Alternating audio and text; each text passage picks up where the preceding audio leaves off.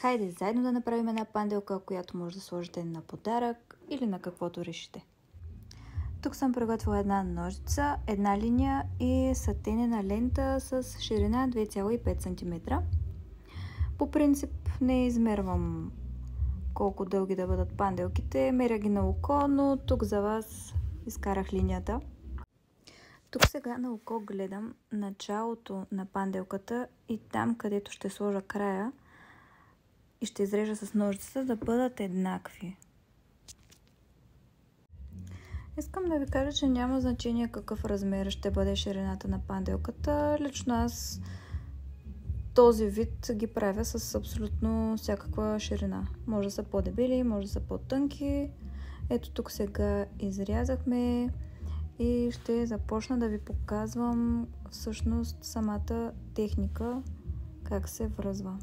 Тук сега ще измерим първо да видите, че дължината й е около 40 см. Вашите могат да бъдат по-малки, по-големи, просто си е лично ваше решение. Техниката става за всякакъв размер. Ето тук сега ще използвам и 5-те си пръста на лявата ръка.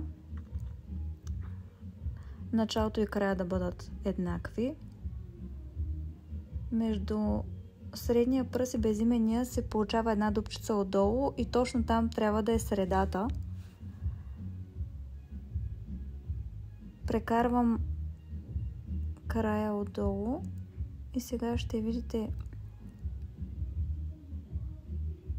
къде се получава още една малка дупчица, където да вкараме ето този край е така отдолу. След това ще издърпаме и след това всъщност вие може да си я наместите както искате. Не бързайте да я затягате и ето вижте колко сладка се получи. Тук си я намествам както ми харесва. Обичам краищата и да бъдат по-дълги. Според мен така изглежда по-красиво. Тук си я намествам. Може да дърпате и от двете страни, докато си я наместите както вие искате. Тези малки разнищени кончета сега ще ги изрежа и след това ще ги мина леко с запалката, за да знаят, че нямат мърдане повече. И всъщност това е една много сладка малка панделка, която исках да ви покажа как се прави. Надявам се това видео да ви е било полезно.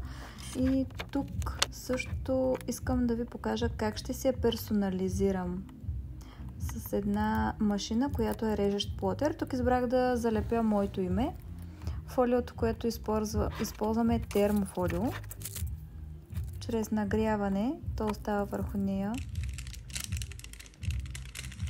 Ако ви е интересен този трик, ако ви е интересно как може да си направите сами такава персонализирана панделка с машина режещ плотер, която може да използвате и за вашия малък бизнес, която е много функционална, пишете ми.